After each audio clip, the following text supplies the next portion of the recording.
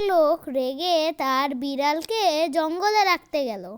রাস্তায় এক ভদ্র মহিলা তাকে জিজ্ঞাসা করলো, আপনি বিড়ালকে নিয়ে কোথায় যাচ্ছেন?